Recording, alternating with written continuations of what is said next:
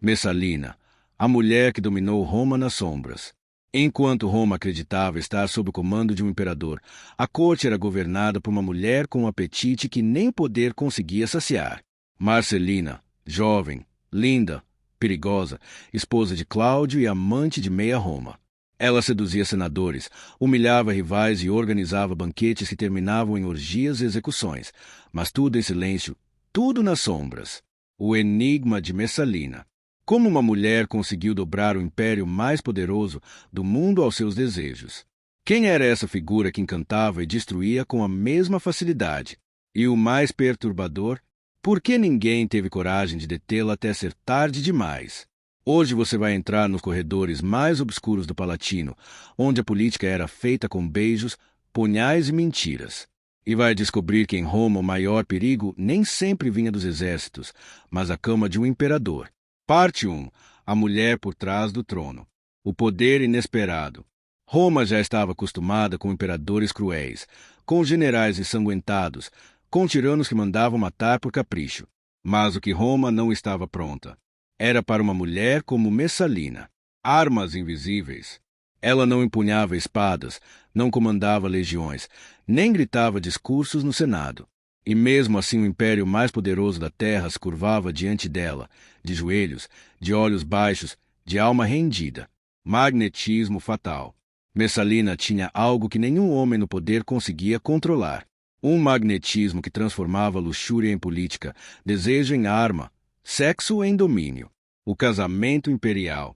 Era jovem com cerca de 15 anos quando casou-se com Cláudio, um homem mais velho, gago, subestimado, que jamais foi preparado para ser imperador. E talvez por isso, a cidade inteira começou a sussurrar quem realmente manda em Roma. Cláudio assumia o trono, mas Messalina comandava o palácio. Ela sabia que a beleza era apenas a isca. O verdadeiro poder vinha do que se fazia com ela. E Messalina sabia usar isso como ninguém. Noites no Palatino. À noite, as cortinas da ala imperial se fechavam, mas os rumores ganhavam as ruas. Diziam que senadores desapareciam, que rivais eram sufocados no vinho, que alianças políticas eram decididas na cama, entre beijos e promessas de morte.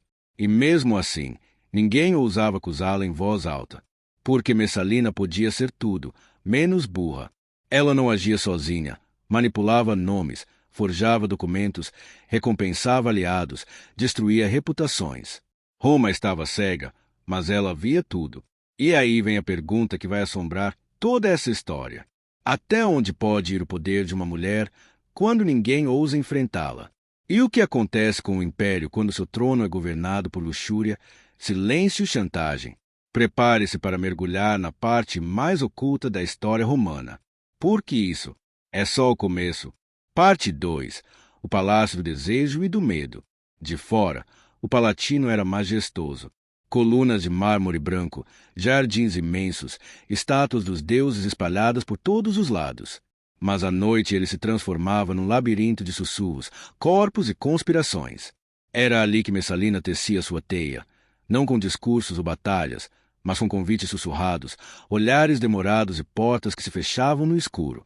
Ela sabia que o Senado era frágil, que os homens do poder eram ainda mais movidos por desejo do que por honra e que entre taças e promessas se fazia e se destruía a política de Roma. Os banquetes da imperatriz. Início da noite. Messalina organizava banquetes que começavam com vinho, desenrolar e terminavam em orgias. Reunia os homens mais influentes e os fazia sentir-se invencíveis. Consequências. Mas no dia seguinte, um deles estava morto, outro exilado e outro promovido. Ela era imprevisível e é justamente isso que dava medo. Os rumores mais chocantes. Um dos relatos mais chocantes veio de Juvenal, o poeta, que afirmava que Messalina saía do palácio à noite disfarçada e se prostituía em bordéis da cidade, competindo com as meretrizes comuns até o nascer do sol. Ninguém sabia se era verdade, mas ninguém duvidava, porque Messalina era uma mulher que não aceitava limites, nem leis, nem moral, nem o próprio imperador. E quanto mais os rumores cresciam, mais poderosa ela se tornava, porque o medo era a maior armadura de todas. E então surge a pergunta que começa a contaminar os corredores do poder. E se Messalina não quiser mais ser apenas esposa do imperador? E se ela quiser o império inteiro? A ambição crescente. Messalina começou a eliminar quem cruzava seu caminho, inclusive aqueles que mais a amavam, e descobrir que o desejo, quando vir a sede de poder, cobra sempre o preço em sangue. Parte 3. O jogo de sedução e sangue. O poder do silêncio. Ela não precisava levantar a voz, bastava um sorriso, um olhar, um bilhete, e a cabeça de um inimigo começava a rolar no dia seguinte. Jogando como imperador. Messalina sabia jogar e não jogava como mulher, jogava como imperador. Ela fez aliados entre os gladiadores, entre os servos, entre os soldados do palácio. Rede de influência. Transformou escravos em espiões, amantes em assassinos e senadores em marionetes. O problema? Ela começou a cortar os fios de quem ainda acreditava estar no controle. Caio Cílio, o amante fatal. Caio Cílio foi o mais notório, jovem, belo, carismático, um dos homens mais promissores de Roma. Messalina o seduziu, o fez acreditar que ela se separaria de Cláudio, que tomariam poder juntos e ele acreditou. Aceitou casar-se com ela em segredo, enquanto Cláudio ainda era imperador. Um ato impensável, um desafio direto à coroa. Quando a traição veio à tona, o império tremeu. Os aliados de Cláudio correram para avisá-lo. Messalina, em sua arrogância, achava que ainda podia dobrar o destino. Mandou recados. Tentou apelar ao amor do marido, mas o jogo tinha ido longe demais. Cílio foi executado e Messalina, pela primeira vez, teve medo. Parte 4. O império respira, mas também vigia. Quando a traição de Messalina chegou aos ouvidos do imperador, Cláudio congelou. Aquele homem visto como fraco gago, indeciso, se deparava com o maior dilema de sua vida. A mulher que dividia seu leito era agora a maior ameaça ao seu trono. Mas Cláudio hesitava, não por ingenuidade, mas por medo. Messalina ainda tinha aliados, ainda podia convencer o povo, ainda podia sobreviver. Por isso, os homens de confiança do imperador fizeram algo em comum em Roma. Agiram antes dele. Narciso, secretário e braço direito de Cláudio, ordenou a execução da imperatriz sem sequer consultá-lo diretamente. O fim de Messalina. A decisão tomada. Narciso sabia que se deixasse para o imperador decidir, a clemência poderia vencer e Roma não podia mais correr esse risco. O último momento. Messalina foi encontrada nos jardins da cidade, com a cabeça baixa e pela primeira vez sozinha. O soldado hesitou, mas Messalina não pegou a própria adaga e tentou cravar no peito. Falhou. O golpe final. O soldado completou o serviço. Assim terminou a mulher que controlou Roma pela luxúria silenciosamente, como viveu. Mas a história não terminou ali, porque a morte de Messalina abriu espaço para novos monstros, novas conspirações e novos imperadores moldados pela paranoia. E agora Messalina, mesmo morta, nunca saiu do palácio e seu legado assombrou a política romana por gerações. Parte 5. A sombra de uma imperatriz. Messalina morreu, mas a sensação de ameaça não morreu com ela. Dentro do palácio, o medo permaneceu, como se a qualquer momento outra mulher como ela pudesse surgir e dominar tudo novamente com beijos, promessas e traições. A elite romana aprendeu a lição. Não subestime o poder de quem dorme ao lado do imperador. Por isso, os próximos casamentos imperiais foram tratados como estratégias de guerra. Cláudio, agora viúvo, foi pressionado a escolher uma nova esposa, mas não qualquer mulher. Ela precisava ser controlável, previsível, leal. Agrippina, a nova ameaça. E quem surgiu? Agrippina, a jovem sobrinha de Cláudio, ambiciosa, inteligente e talvez ainda mais perigosa que Messalina. Com ela, Roma entrou numa nova fase, onde os venenos eram mais eficazes que as espadas e onde o império passou a ser governado por mulheres nas sombras. Mas mesmo com novas intrigas surgindo, Messalina continuava viva. Na memória de todos, servia como alerta, como símbolo do que acontece quando o poder é entregue a quem sabe seduzir, mas também sabe manipular. Messalina se tornou o fantasma da corte, murmurado em reuniões, temido por senadores, usado como desculpa para a vigilância. E cada novo escândalo envolvendo mulheres no poder era comparado a ela. Parte 6. A lenda de Messalina. Ela morreu cedo, mas seu nome nunca mais saiu da boca do povo. Historiadores romanos como Tácito, Suetônio e Dion Caso transformaram Messalina em algo maior do que ela mesma, mais do que uma mulher real. Ela virou um mito. Mas que tipo de mito? Não uma heroína, não uma vítima, mas um monstro sedutor.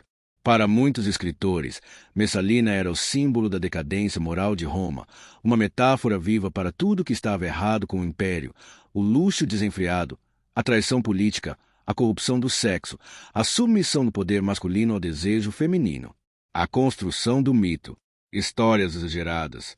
E com o tempo as histórias pioraram.